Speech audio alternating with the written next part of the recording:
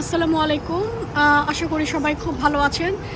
Recently আমি একটা post দেখেছি যেখানে একজন ফটোগ্রাফার হচ্ছে যে ট্রেন লাইনে ছবি তুলতে গিয়ে ট্রেনের নিচে পড়ে মারা গেছেন। জিনিসটা আমাকে ভীষণ নাড়া দিয়েছে এবং কারণ হচ্ছে যে বাংলাদেশে ট্রেন লাইনে আসলে হেঁটে ছবি তোলা যায়, শুটিং করা যায়, ইচ্ছা করলে মানুষ মজা করেও অনেক সময় ট্রেন লাইনে হাঁটাচলা করে। বাট এটা কতটা রিস্কি এবং এটার জন্য যে প্রাণ যেতে পারে কি ভয়াবহ ব্যাপার। তো সেটার বিষয়ে আজকে একটু কথা বলি, কারণ আমি আজকে ট্রেন জার্নি করব এবং এখানে যে ব্যাপারটা আছে, যেমন আপনারা দেখতে পাচ্ছেন এখানে একটা হলুদ লাইন আছে, ইয়েলো লাইন আছে।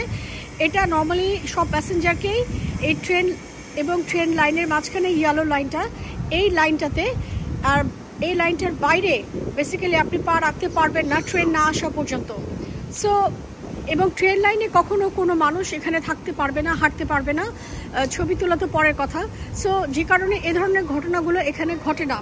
সো এই যে ইয়েলো লাইন, এর বাইরে আমি কখনো পা রাখতে পারবো না, এই ইয়েলো লাইনের বাইরে। এবং আরেকটা লেখা আছে এখানে, মাইন্ড দ্য গ্যাপ।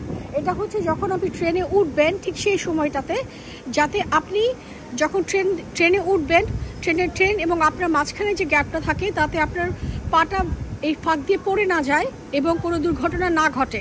সো এই ধরনের যে সচেতন ইয়েগুলো, স্টেপগুলো এখানে মেনটেন করা হয়, যেটা আনফর্চুনেটলি আমাদের দেশে হয় না। এবং আমি খুব অনুরোধ করব সবাই খুব সচেতন হবেন, প্লিজ ট্রেন লাইনের মাঝখানে ছবি তুলবেন না। ট্রেন লাইনের মাঝখানে মজা করতে ঘুরতে কখনো যাবেন না, কারণ এটা একটা জীবন নিয়ে টান দেয়। এবং এই যে মৃত্যুটা ছিল একটা ফটোগ্রাফারের, একটা মৃত্যু একটা কৃষ্ণচূড়ার ছবি তুলতে গিয়ে, সেটা খুবই আনএক্সপেক্টেড ছিল, এটা আমরা কেউ আশাই করি নাই।